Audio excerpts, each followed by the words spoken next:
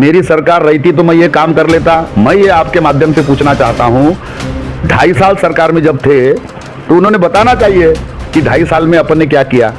आमगांव यह एक ऐसा क्षेत्र है आपके विधानसभा क्षेत्र का, वहाँ पे हुक्का बार के बगल में ही पांडन रास्ते का सवाल कुछ लोगों का है कि आज़ादी को मिले हुए कम से कम 75 साल हो गए, आज़ाद हो गया देश, फिर भी वहाँ का रास्ता एक पांडन रास्ता नहीं बना है। दर्शकों, आप देखना शुरू कर चुके हैं बापू वार्ता न्यूज नेटवर्क। इस वक्त मैं जो कि आमगांव देवरी विधानसभा क्षेत्र में मौजूद हूँ और आमगांव देवरी विधानसभा क्षेत्र के पूर्व विधायक हमारे साथ में जो कि संजय पुराम मौजूद है। सर, सबसे पहले आपका चैनल में स्वागत। Thank you. तो दर्शकों, जैसे कि कई सारे सवाल आते हैं आमगांव देवरी विधानसभा क्षेत्र को लेकर, तो एक सवाल है सर कि जैसे कि आमगांव देवरी विधानसभा क्षेत्र के अंतर्गत एक रास्ता है रावणवाड़ी से दर्रे कस्सा। यह रास्ते की अवस्था काफ़ी वर्षों से जर्जर है और जीर्ण पाई गई है। इसको लेकर भी जनता के बीच में अभी के वर्तमान विधायक को लेकर बहुत सारी चर्चाएं शुरू हुई कि जगह जगह भूमि पूजन तो होते हैं लेकिन रोड रास्ते नहीं बनते। 2019 से लेकर अभी तक इस मतदार संघ का नेतृत्व शेषराम करोड़ी जी कर रहे हैं। मेरा कार्यकाल 2014 से 19 तक था। मेरे कार्यकाल में जितना रोड रास्ते बनवाना चाहिए था उतना मैंने बनवा लिया। अब ये जवाबदारी शेषराम करोड़ी जी की है। वो सरकार में थे 2.5 साल और सरकार में रहते हुए उन्होंने जितने भी रोड रास्ते हैं उन लोगों ने बनवा लेना चाहिए था, लेकिन उन्होंने ये पूरे 4-5 साल में जनता को बेवकूफ़ बनाने का काम किया। भूमि पूजन तो सैकड़ों करवाया, बोर्ड लगा लगा के, बाजा बजा बजा के, ढोल बजा बजा के उसने भूमि पूजन करवाया, लेकिन 100 में से 75% भी रोडों का काम अभी 1.5-2 साल हो गया भूमि पूजन किया, चालू नहीं हुआ। उसका जवाबदार शेषराम जी कोरोटे विद्यमान आमदार है, उनका काम था, उन्होंने विकास करना चाहिए था।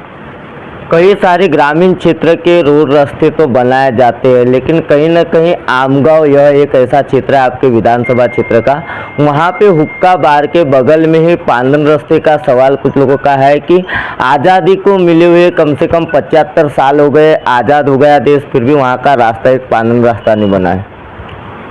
उनके ही कार्यकाल में मातोश्री पांडन रास्ते का नियोजन हुआ। उन्होंने ही बताया कि अभी किसी भी किसान को उनके खेत में जाने के लिए कोई अड़चन नहीं आएंगी। हम किसानों के खेत तक जाने का रोड रास्ता हम बनाएंगे। हम देख रहे हैं हमारे कार्यकाल के बाद एक भी ऐसा नया काम नहीं हुआ जो विद्यमान आमदार बता सके कि मैंने ये काम किया। ये तो रोड रास्ते की बात कर रहे हो आप। मैं जब विधायक था तो ये ही व्यक्ति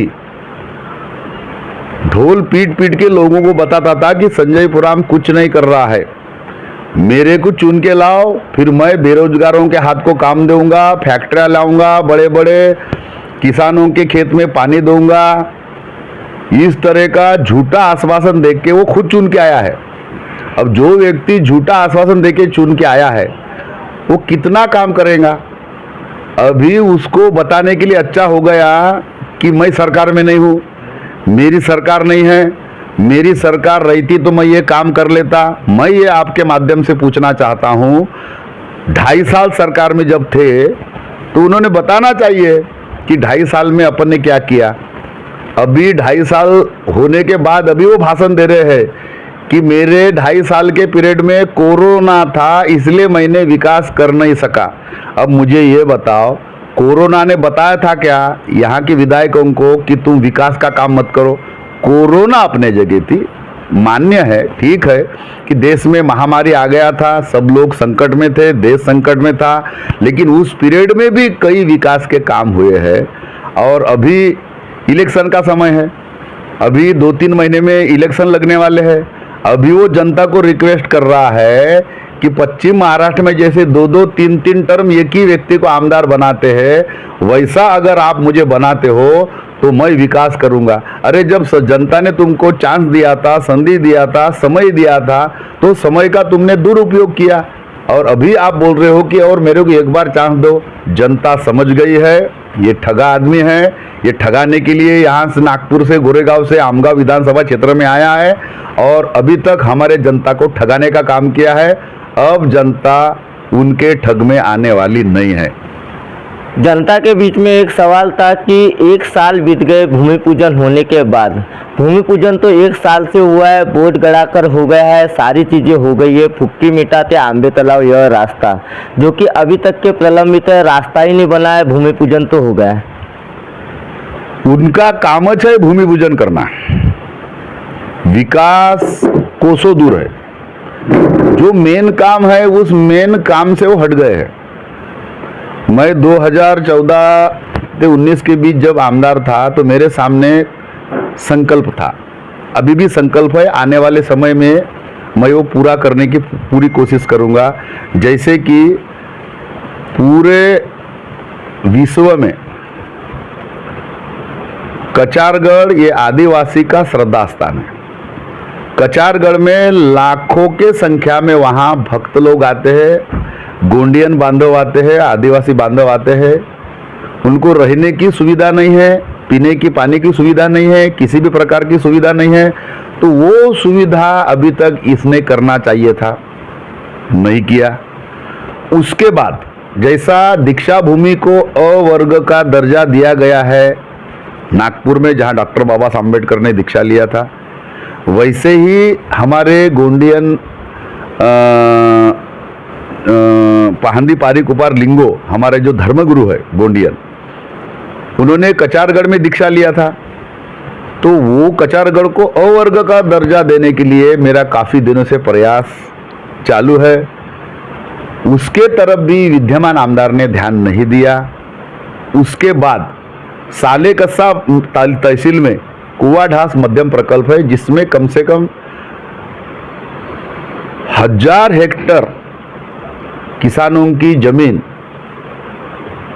पानी के नीचे आ सकती है और उससे किसानों का भला हो सकता है। उसका भी उसने काम नहीं किया।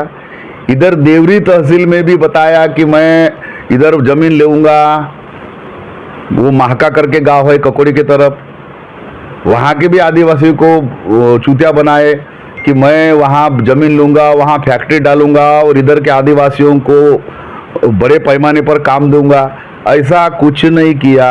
और आमगांव में तो प्रशासक है, अभी तक प्रशासक रहने के बावजूद 1 रुपये का आमगांव में विकास का काम नहीं हुआ। जहाँ नगर परिषद है, ना नगर परिषद बनी, ना नगर पंचायत बना, और वहाँ के लोग घरकुल के लिए, पानी के लिए तरस रहे हैं, रोड के लिए तरस रहे हैं। ऐसी परिस्थिति में विद्यमान आमदार की जो जवाबदारी थी, उसने अपनी जवाबदारी को से दूर रहा और अपनी जवाबदारी पूर्ण नहीं किया।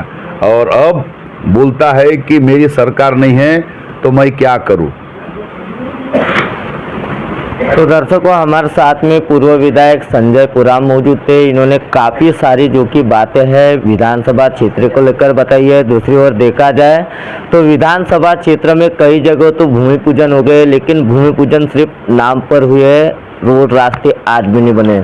कई सारी योजनाओं का फायदा जो कि आदिवासी क्षेत्र को हो सकता था, कई सारी रोजगार की भी जो भी बातें अभी बताई जा रही है, अभी तक के देवरी यह क्षेत्र में रोजगार भी नहीं मिला है। ऐसे दर्शकों, अगले पार्ट में बहुत जल्द ग्राउंड रिपोर्ट के साथ में आमगांव देवरी विधानसभा क्षेत्र की जनता का क्या कहना है बहुत जल्द दिखाएंगे। गोंदिया से देवेंद्र दमाए।